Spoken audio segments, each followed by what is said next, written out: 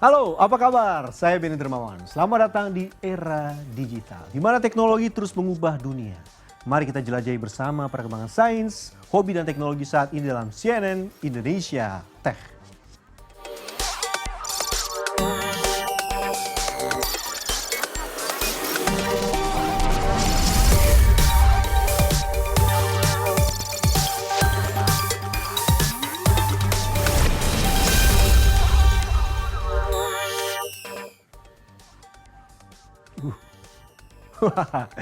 Anda kenal dengan patung ini? Nah, ini bukan patung biasa, tapi patung yang ukurannya besar-besar dan dikenal dengan nama ogoh-ogoh. Ya, keren banget ya.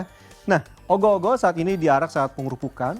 Itu tradisi Hindu yang dilakukan untuk menyambut Hari Raya Nyepi Tahun Baru Saka. Nah, tradisi ini merupakan bagian dari ritual Hindu untuk menetralisir kekuatan negatif di alam sekitar kita. Makin keren-keren ya. Saya dan mungkin yang melihat langsung akan merasa, wow, ogoh-ogoh tahun ini semakin kreatif dan teknologi yang dipakai pun semakin canggih-canggih. Hilang, tenang aja. Kita lanjut nonton di situ.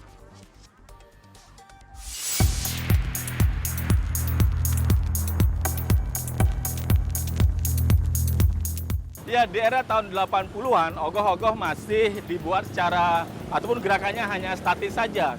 Dan gerakan ke kiri maupun gerakan ke kanan dilakukan oleh para pengusung yang kemudian dikolaborasikan dengan baleganjur yang mengikuti pawai atau parade ogoh-ogoh. Namun di era tahun 2000-an, sekitar 2010, ogoh-ogoh sudah mulai disentuh dengan teknologi seperti misalnya dengan menggunakan teknik mekanis, termasuk juga menggunakan smartphone yang banyak dilakukan oleh taruna-taruni.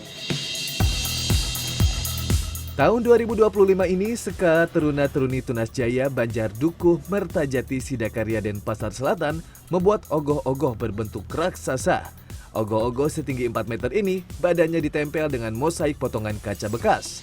Termasuk ada beberapa hiasan yang perputarannya digerakkan dengan bantuan 5 dinamo dengan sumber tenaga listrik.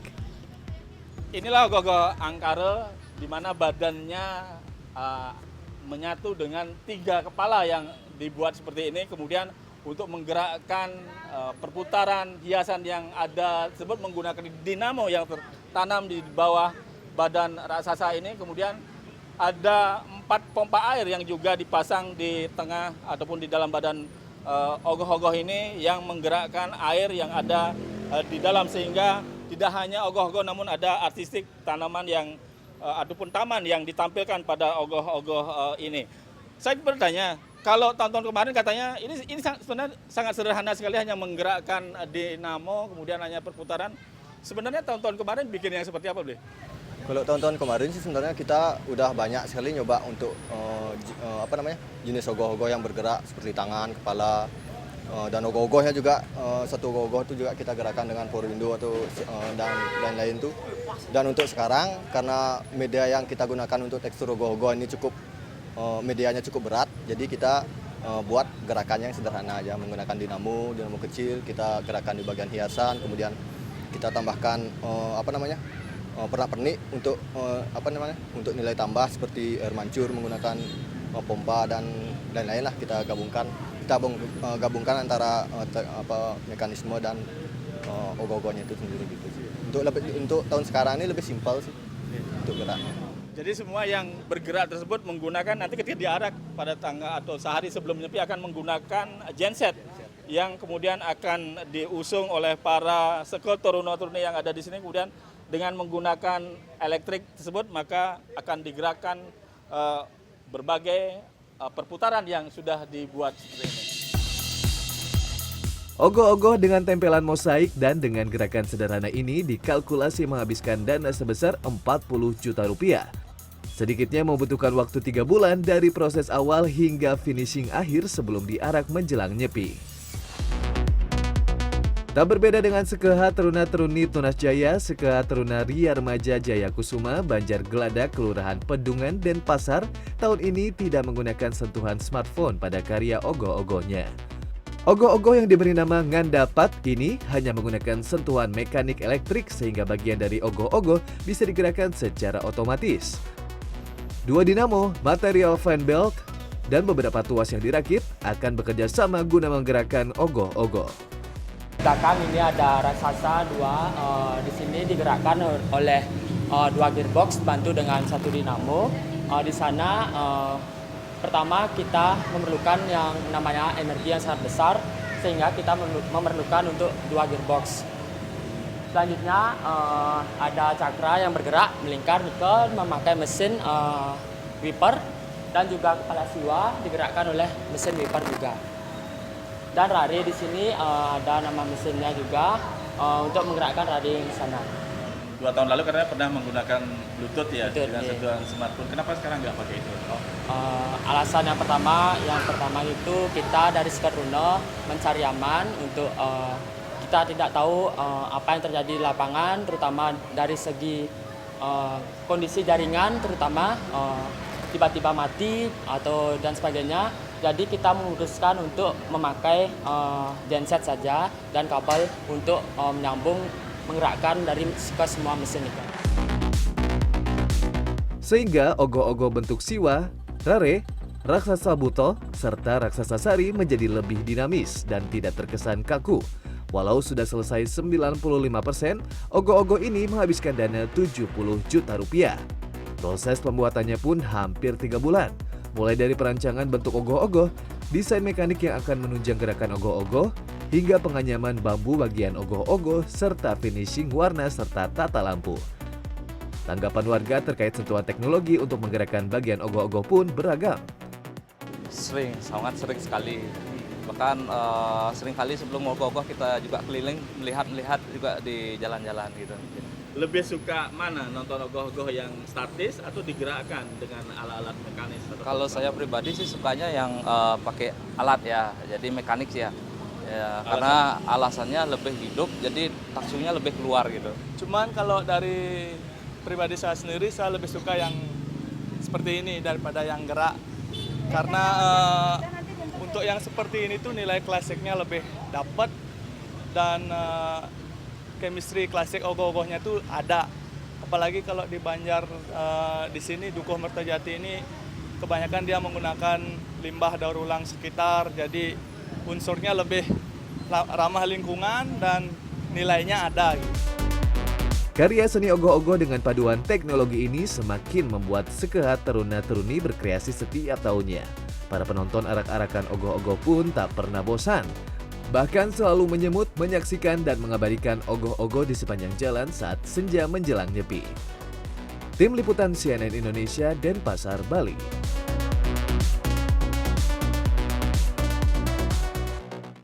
Nah, Anda dapat undangan ulang tahun, nikahan, atau dapat kabar sahabat Anda baru merayakan lulus kuliah. Kadang-kadang nih kita suka bingung mau kasih kado apa.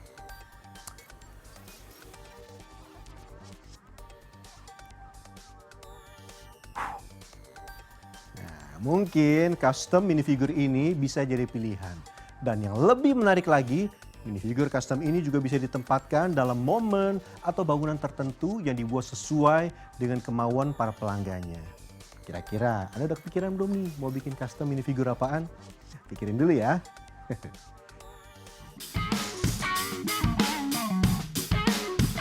Beragam jenis minifigur unik ini tak akan dapat Anda temukan di toko mainan manapun. Sebab minifigur ini dibuat khusus dan spesifik berdasarkan pesanan pelanggan sebagai hadiah ulang tahun hingga souvenir pesta pernikahan. Salah satu minifigur custom yang paling menarik perhatian adalah minifigur yang dibuat menggunakan pakaian adat dari beragam daerah di Indonesia. Untuk bisa mendekati aslinya, detail-detail dari pakaian adat ini dibuat dengan mengandalkan keahlian dan keterampilan tangan. Itu bahannya dari apa sih, Mbak? Dari kain sih. Dari kain? Kainnya tapi bukan kain yang lemes ya. Jadi karakter kainnya agak kaku. Jadi dia bisa dibentuk. Cuma kayak detail-detailnya aja itu paling saya otak-atik bikin sendiri. Pakai apa tuh, Mbak, kalau detail-detail kayak gitu? itu pakai kayak pernak-pernik kayak renda emas, renda silver. Kan kalau pakaian tradisional Indonesia kan ada yang emas-emas gitu kan kebanyakan. Nah, itu kita pakai renda emas. Jadi nyari gitu. Nah, nyari toko-toko kain itu kita nyari.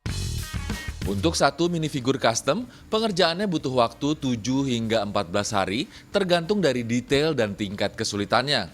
Teknik dan cara yang digunakan untuk membuat minifigur custom ini hingga bisa sesuai dengan pesanan pelanggan pun beragam. Nah, Contoh ini kan yang maskot PON kemarin nih. Iya, benar. Ini kan nggak ada kan kalau Iya, di minifigur bentuk gajah sama apa sih nih? Harimau. Harimau. Nah, ini Mas bentuk bikinnya gimana nih? Akhirnya karena memang mau dapat detailnya banget tuh, terus ukurannya kecil, akhirnya kita mix lah dengan 3D printing juga. Jadi gimana caranya, pendekatannya itu gimana caranya kita bisa ngembungin si minifigure, terus juga dengan 3D printing ini. Jadinya kayak gitu deh. Baju nih, kita ngomongin badan dari minifigur. Ini kan macam-macam kan, ini maskot PON, terus ini saya lihat juga ada timnas nih, Iya, pemain timnas pemain kita. timnas, Miss Hilgers. Iya, benar. Nah, ini bajunya ini bikinnya gimana? Apa dicat pakai tangan atau pakai printer juga atau gimana, Mas? Enggak sih, kalau ini tuh kita pakai special printer gitu. Jadi kan karena kita harus ngakalin ya, biasanya karena printer biasanya kan orang dicat, digambar, dilukis atau pakai dekal lah, stiker yang pakai air di slide gitu. Tapi kalau kita tuh bikin printer sendiri yang fully custom, gimana caranya bisa nge-patch atau compatible untuk ngeprint di badan si minifigure atau bricks ini. Awalnya, usaha custom minifigur yang diberi nama Leuga ini dirintis Firza bersama istrinya di tahun 2020 silam. Dengan bantuan sosial media, usaha milik pria berusia 29 tahun ini pun terus berkembang hingga kini telah memiliki 6 karyawan. Selain dalam blister atau kemasan plastik, minifigur custom hasil karya Firza dan timnya ini juga ada yang dikemas dalam kaca akrilik beragam ukuran. Khusus untuk kemasan dalam akrilik ini, minifigur custom ditempatkan dalam suasana atau bangunan yang dibuat sesuai dengan keinginan pemesan. Setelah semakin dikenal, pesanan yang awalnya hanya datang dari perorangan kini mulai bertambah dengan pesanan dari perusahaan-perusahaan yang ingin membuat merchandise yang berbeda dari biasanya. Kita kan karena fully custom ya, kita juga belum sempat bikin produk ready stock gitu yang emang keluarannya Leuga nih kayak gitu. Jadi mungkin harapannya sih inovasinya ke sana sih, kita punya produk ready stock yang ciamik banget gitu, yang mungkin bisa bersinggungan sama fashion, terus juga sama landscape atau market yang ukurannya masif kayak gitu sih. Saat ini dengan rata-rata menerima ratusan pesanan dalam sebulan, omset dari usaha custom minifigur milik Firza ini bisa mencapai puluhan hingga ratusan juta per bulan. Untuk sebuah minifigur custom, harganya ada di kisaran 200.000 hingga jutaan rupiah, tergantung detail, tingkat kesulitan, dan ukuran. Erlangga Wisnuaji, Softan Herdiagama, Tangerang Selatan.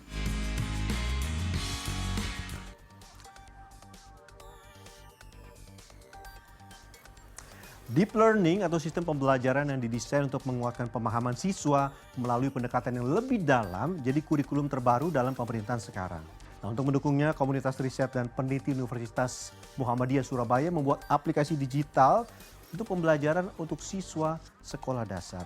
Aplikasi bernama Ecofem Edu mengajak siswa belajar sekaligus bermain dengan video virtual reality sehingga siswa bisa belajar dengan lebih mendalam dan mendapat pengetahuan sambil bermain.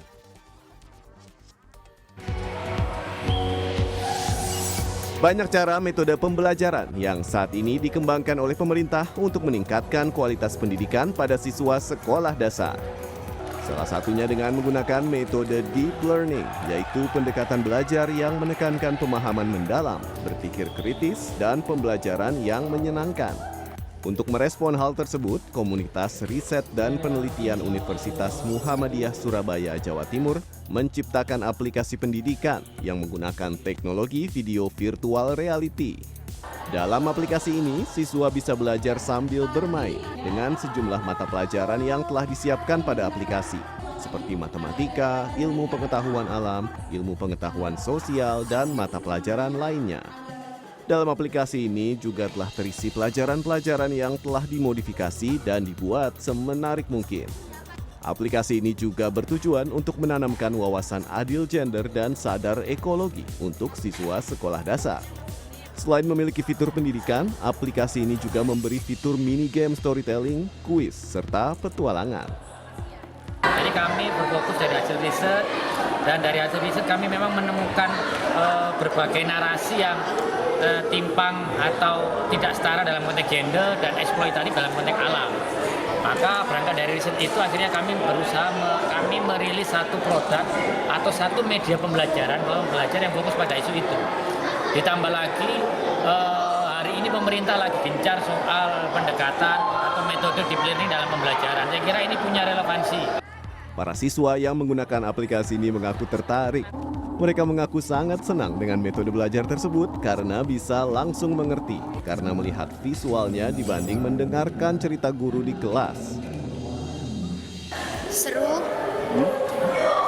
asik. Sebelumnya sudah pernah main game seperti ini nggak? Belum. Tadi apa yang dimainin? Tentang kebun binatang. Terus disuruh apa? Cuman mendengarkan suara hewan. Platform EcoFam Edu bisa menjadi platform dalam mendukung program pemerintah yang menggalakkan pendidikan deep learning untuk pembelajaran anak-anak yang lebih inklusif dan berkelanjutan. Tribroto Purnawanto, Surabaya, Jawa Timur. Masyarakat di desa lebih maju daripada yang di kota. Oh iya? Apalagi mereka bisa hidup tanpa listrik yang disediakan oleh pemerintah. Nah, ini gimana bisa? Sebentar, tetap di situ untuk tahu informasi selengkapnya. Sesaat lagi di CNN Indonesia Tech.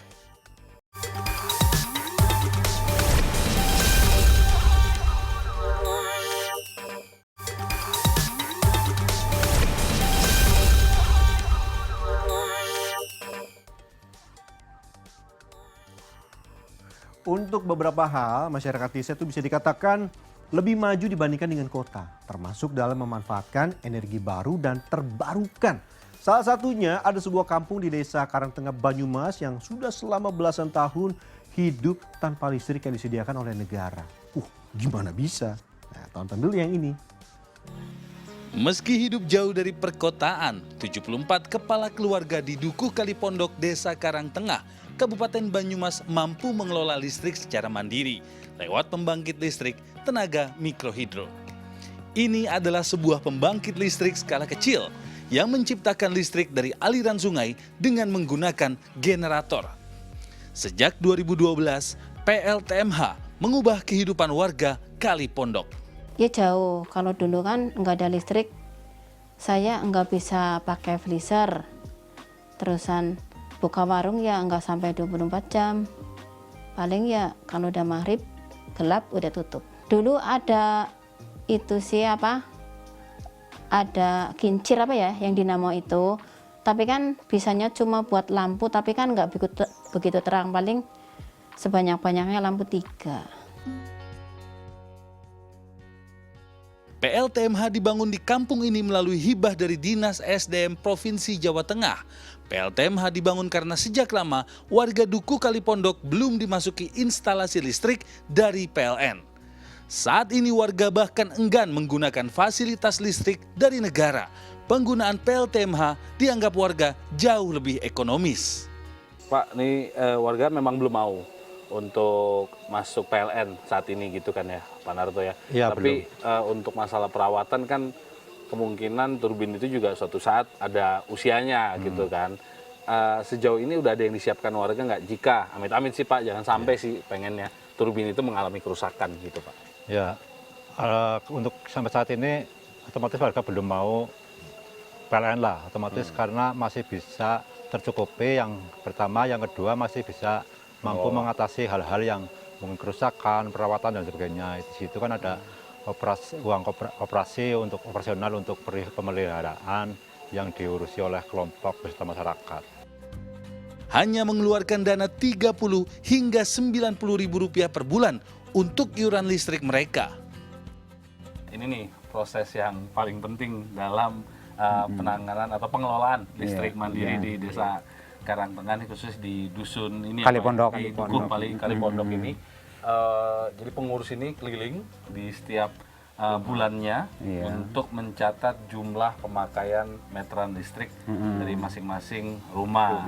Untuk mendapatkan angka rupiahnya itu meteran awal di awal bulan dicatat, baru yang akhir bulan seperti ini dicatat, nanti selisihnya dikalikan 500 rupiah. Contohnya ini total dengan biaya bebannya itu 4.000 rupiah, jadi 45.000 rupiah untuk pemakaian 83 meter itu ya.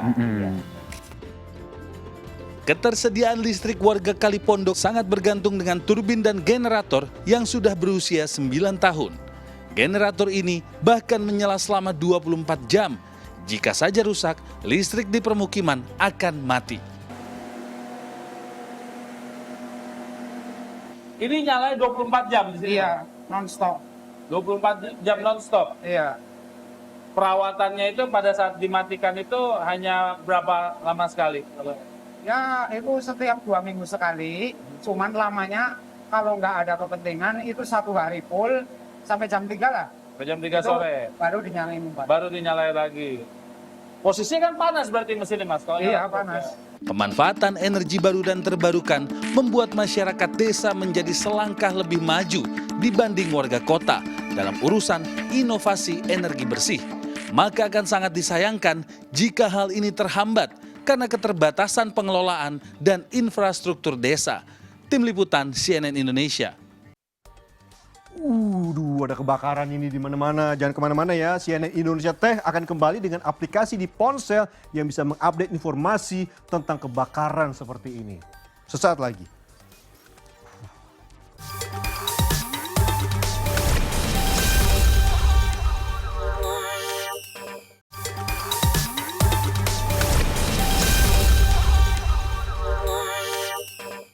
Waduh, ini ada kebakaran lagi, banyak banget lagi. Wah, ini bahaya ini. Nah, seperti saat kebakaran besar terjadi di sekitar wilayah Los Angeles baru-baru ini. Banyak warga memanfaatkan sebuah aplikasi ponsel untuk mendapatkan informasi terkini mengenai bahaya kebakaran. Nah, aplikasi ini memakai beragam sumber data untuk memberikan informasi terinci kepada para penggunanya. Nah, cuma sayang, aplikasi ini masih di Amerika. Namun informasi ini sekaligus menutup CNN Indonesia Tech kali ini. Jangan berhenti untuk berinovasi. Sampai jumpa minggu depan. CNN Indonesia menghubungkan Anda dengan inovasi terbaru. Sampai jumpa. Ketika kebakaran Los Angeles membakar dan mengancam sejumlah komunitas, maka warga dan regu pertolongan pertama memerlukan informasi yang bisa segera digunakan untuk mengetahui zona evakuasi, arah angin dan asap, pemadaman listrik, dan berbagai informasi lain. Banyak warga bergantung pada aplikasi Watch Duty yang dioperasikan sebuah tim yang berada ratusan kilometer jauhnya di California Utara. Watch Duty memberikan informasi penting kepada warga tentang wabah baru, perubahan pola angin, dan masalah lainnya. Ini bisa dianggap sebagai pusat operasi darurat virtual yang memberikan informasi terbaru dari beberapa kawasan permukiman saat krisis sedang terjadi. My emergency and my neighbor who lives, a quarter mile away from me, our emergencies are much different as well. That rings true through communities everywhere, and that's where technology really comes in. Penyampaian informasi terinci dan terlokalisasi oleh Watch Duty adalah salah satu alasan mengapa aplikasi ini memiliki 7 juta pengguna. Sebagian besar mengunduh aplikasi dalam beberapa pekan terakhir. Kesuksesan Watch Duty menunjukkan bahwa teknologi seperti kecerdasan buatan dan sensor akan memberikan warga dan regu pertolongan pertama informasi waktu nyata yang dibutuhkan untuk bertahan hidup dan melawan bencana alam. Salah satu mitra teknologi Watch Duty adalah Alert California yang dijalankan Universitas California di San Diego. Jaringannya terdiri atas 1.000 kamera lebih di seluruh California yang telah disempurnakan dengan kecerdasan buatan, yang seringkali mendeteksi kebakaran sebelum ada laporan warga. Together we become the eyes and ears, and then we disseminate that into reports to the public through our platform. Mitra Watch Duty lainnya adalah N5 Sensors, perusahaan di Maryland yang memasang sensor di darat untuk mendeteksi asap, panas, dan tanda-tanda kebakaran lainnya. They are like a nose, if you will, So they detect smoke anomalies and different chemical patterns in the air. Meski kebakaran menjadi fokusnya, Watch Duty juga berencana untuk melacak bencana alam lainnya, seperti tornado, angin topan, gempa bumi, dan tsunami. We want to be that one-stop shop where people can go and get this information, and in those times of duress, have a source that makes it clear and concise what's happening. Layanan Watch Duty mencakup 22 negara bagian, sebagian besar di kawasan barat Amerika. Dan mereka berencana memperluas layanannya ke seluruh wilayah Amerika Serikat. Dari Washington DC, saya Helmi Yohanes dan tim VOA.